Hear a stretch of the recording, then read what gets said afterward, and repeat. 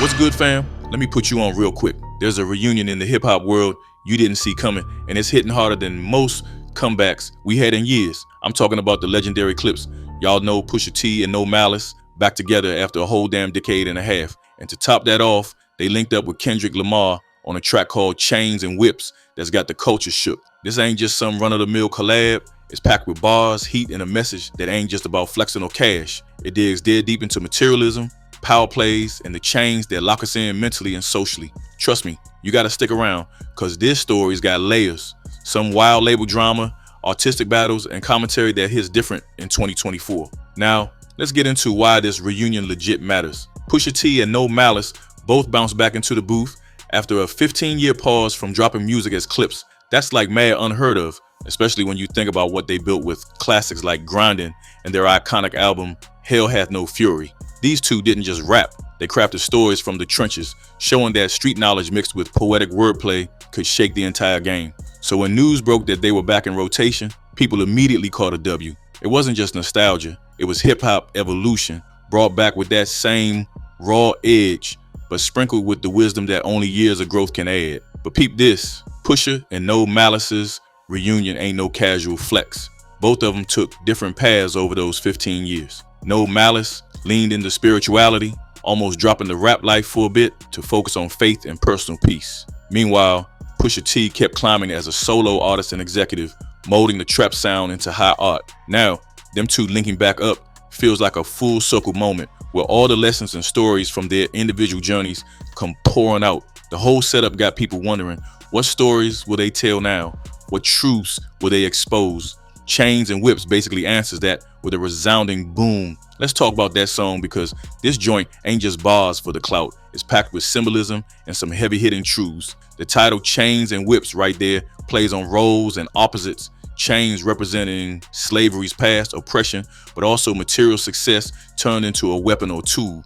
The way Pusha T starts off, he hits hard with his reflection on society's fixation with money and status. When he says something like, "Uncle said, and you must be sick. All you talk about is just getting rich." He's calling out the obsession that blinds a lot of folks. It's real talk about how the hunger for cash can rattle your morals and make you lose yourself. But then he flips the narrative. Choke my neck, in and ice my bitch. Beat the system with chains and whips isn't just about luxury, it's metaphorical.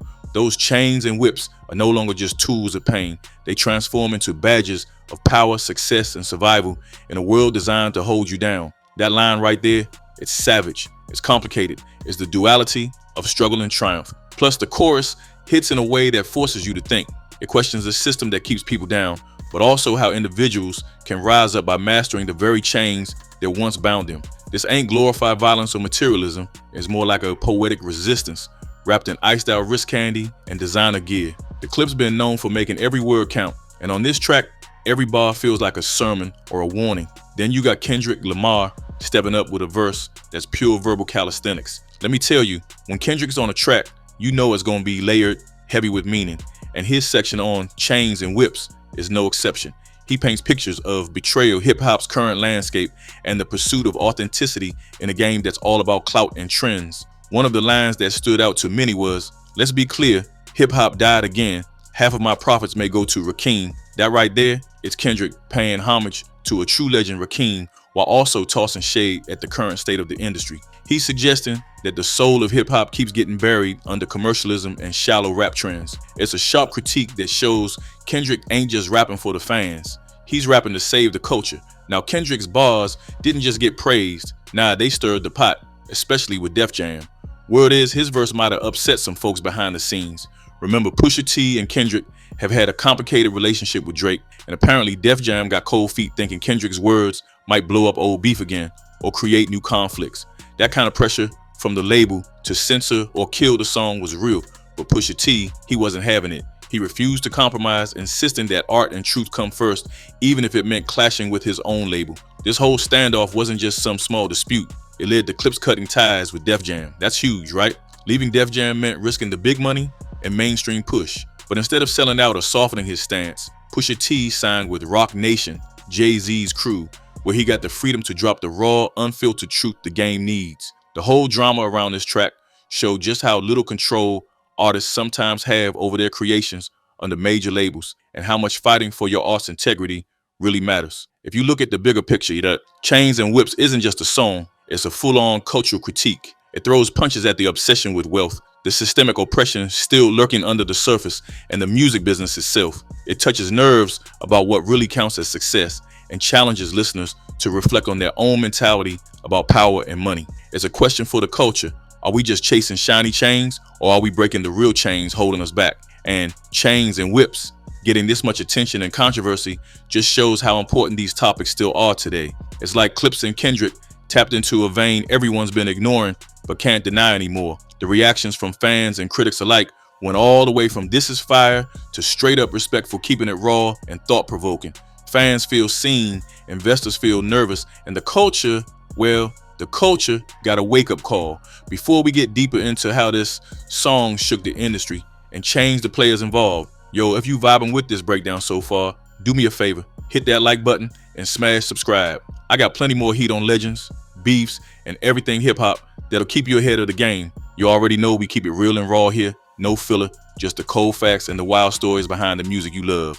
Stick around, the rest of this one's gonna blow your mind even more. Aight, now let me hit you with the rest, cause the story don't stop at just the song peeping the culture and breaking through label drama. There's a whole aftermath that shaped how we see Clipse and Kendrick moving forward in this game. After Clipse split with Def Jam over the creative beef, they linked up with Roc Nation. That move wasn't random. Jay-Z's label gave Pusha T and No Malice a platform where they could keep their message intact, no censorship, no watered down verses. And honestly, that's the kind of space real artists need to thrive without trade-offs. Roc Nation's willingness to bet on artists that demand authenticity, that's a major W for culture, not just business. But let me tell you, breaking from a giant like Def Jam, that's a huge risk. The corporate machine controls a lot of what hits the masses, so Clipse was risking reaching fewer ears for the sake of keeping it 100. This move showed that sometimes the biggest win ain't about the money or charts, but about respect for the art and for yourself. That's a lesson a lot of artists gotta learn the hard way. Now, when Chains and Whips dropped with all that heat, it sent shockwaves through the industry. Some heads felt the song was too raw, maybe even uncomfortable, because it forced us all to face things we'd rather ignore. People don't like to admit how much materialism wraps itself around their self-worth, or how the system's set to keep folks locked down mentally, emotionally, and economically. Clipse flipped that narrative, making the bling a symbol not just of success, but survival through the system's pain. Kendrick's verse took those themes and elevated them. Dude's known for dropping knowledge layers in every line, but here there was a sharpness that cut a little deeper. His shout out to Rakim, half joking that part his profits should go to the OG, was both an homage and a criticism. Hip-hop's foundations being forgotten in favor of filling pockets quick. It ruffled feathers not just with labels, but fans caught between loving the nostalgic legends and vibing with the new wave. Some say Kendrick's bars were a little harsh on the culture, but that's the whole point. He's calling for a reckoning, and every reckoning wakes up resistance. That resistance even came from unexpected corners. Def Jam's hesitation wasn't just about crew beef with Drake or old animosities. It was about money, control, and maintaining the image of hip-hop as this polished, consumable product. Labels want hits, sure, but they also want hits that don't rock the boat too hard.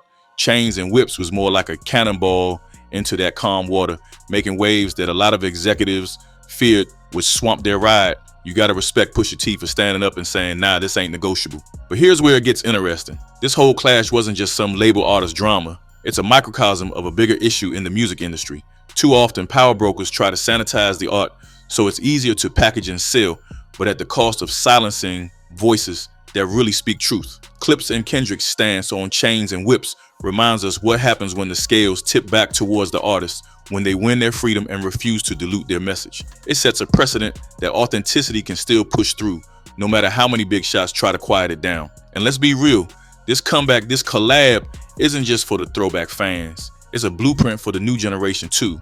The idea that you can have bars, intellect, and street credibility, all while serving social commentary and still making a bop, that's a vibe that speaks to everyone who feels caught in the hustle but still wants something real. For younger heads, this isn't just history. It's blueprints on how to navigate a system that often sees them as just profit margins. Looking at the song's cultural footprint, it's kind of wild how a track so loaded with social critique can still hit so hard in the club or on the streets. Chains and Whips balances that perfect line between message and movement, making you bob your head while your mind's working on the real talk. That's a rare skill, making consciousness catchy. It's why this track will be remembered not just as a comeback single, but as a cultural landmark. Even the reaction from the fans and critics shows something deeper happening. When people debate the meaning behind a line or call out the label drama, they engage on a level that goes beyond just entertainment. That is the kind of conversation hip-hop was built for, turning pain into poetry, politics into beats, and struggles into statements. Clipse and Kendrick